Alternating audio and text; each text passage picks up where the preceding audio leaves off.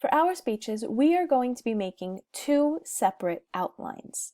The first of these outlines is the full sentence outline, so called because it uses full sentences and full ideas. So the full sentence outline is the full plan of everything that you intend to say to your audience. So the full sentence outline should read kind of like an essay or like a script of your speech. On the left-hand side of your screen here is a segment of a fuller outline that is available for you on Canvas. And so I know it's a little bit small to read, but you can see the full thing on Canvas. But this is an example of what a full sentence outline looks like. This was a speech that was given by one of my students recently, and he graciously allowed me to use it as an example.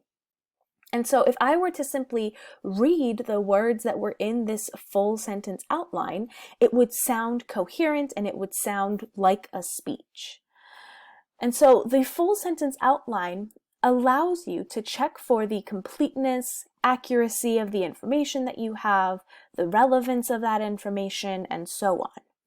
And in addition, the outline is going to have labels on it that act as a checklist for you. So as you can see in the example on screen here, this student has each of his main points and subpoints labeled. So it says main point, subpoint 1, subpoint 2, subpoint 1, subpoint 2, etc. And so in the outline that I have provided for you in the template, it has these labels available so that you can go through the speech and make sure that it has everything that you need.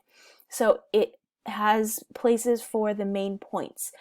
You can make sure that you have transitions in between each of your main points, that in your introduction you have an attention-getting device and a preview statement and all of those sorts of things. So the full sentence outline, as I was saying previously, allows you to see that full idea, right? It makes sure that you have everything that you need to have in this speech, and it helps you to prepare your speaking outline later. Now, in addition, the full sentence outline includes a full list of references at the end of the outline in APA format for us. So you'll have the full speech, full sentences, full ideas, and then on a separate page, you will have your references in alphabetical order in APA format. And in the template outline that I'm going to be providing for you, it has examples of how to cite things in APA format. And the full version of the speech that you're seeing on screen also has sample citations on it as well, so you can see what that looks like. Now, in addition to the full sentence outline, you will also be creating a speaking outline. So what you're seeing on screen now is the same segment of speech. It's just much more brief. So I'm going to go back really quick so you can see the full sentence outline has full sentences, full ideas. It reads, for example, the Stanford Prison Experiment was conducted at Stanford University in August of 1971. It was developed and overseen by renowned psychologist and university professor Philip Zimbardo.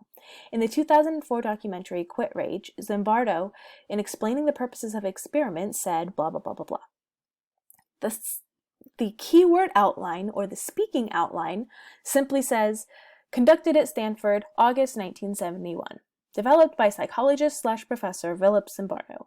2004 documentary Quit Rage, Zimbardo said, blah, blah, blah, blah, blah, blah, blah. And so it's much fewer words. It's much more simple.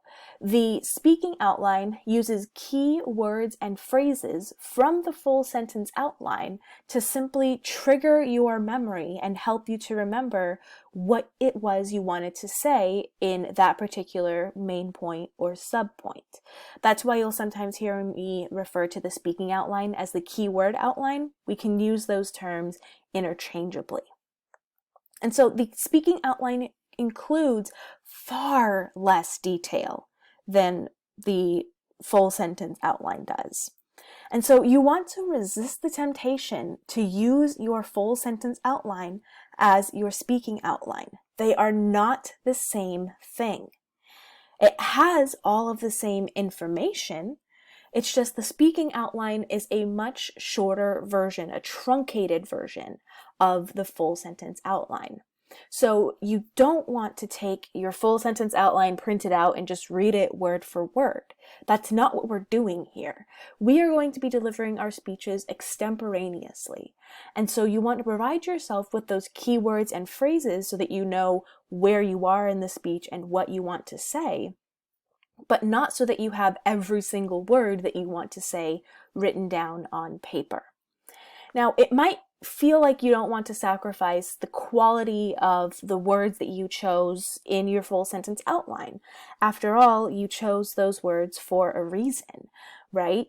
And in addition, you might feel anxiety about how well you will actually do in front of an audience. And having the full sentence outline makes it seem like you have a safety net, so to speak. However, if you have that full sentence outline in front of you, rather than reading from a speaking outline, you will end up reading rather than actually speaking. And so it's going to impact things like eye contact, it's going to impact the quality of your voice, the vocal variations, it impacts the whole speech. So you should really take the time to create this speaking keyword outline for yourself so that you aren't sacrificing all of those things by reading the script of your speech. Now, a speaking outline has 5 main components, or rather a speech as a whole has 5 main components. And we know these, right? Introduction, main point 1, main point 2, main point 3, and the conclusion. And as a result, your textbook recommends that you have 1 4x6 note card per part. This really challenges you to try to limit the amount of information that you are giving yourself during the speech.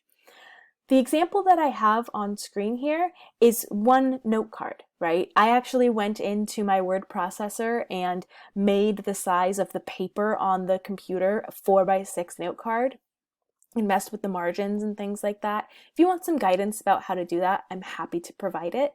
But this is 1 back and front note card, right? And this is a full main point that you are seeing on the screen here.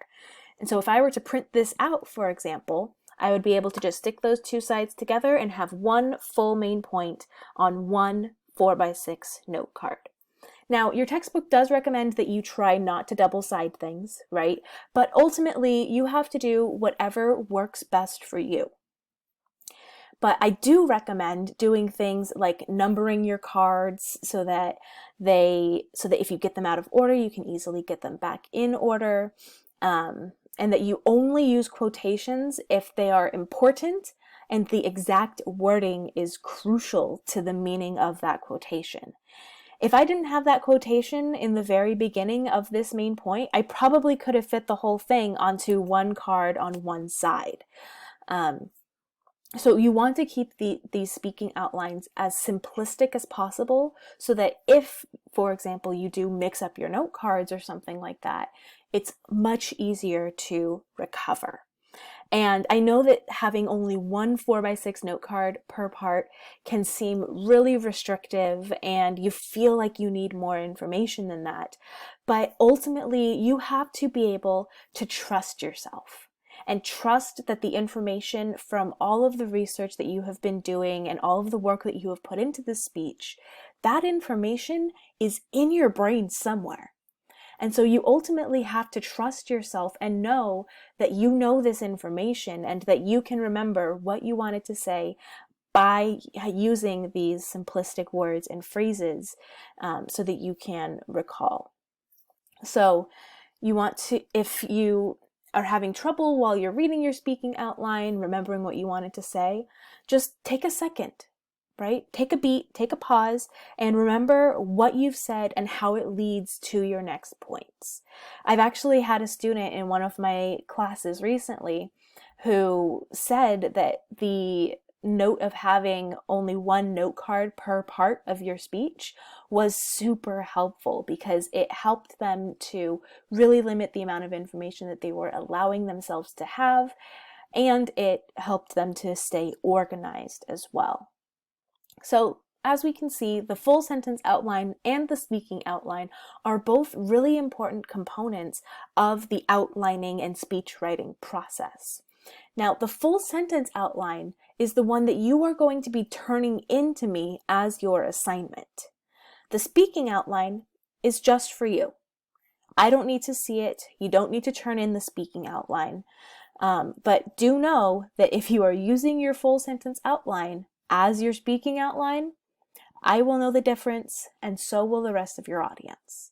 So please make sure to put the time in to create a speaking outline for yourself so that you can give the best presentation that you can possibly give.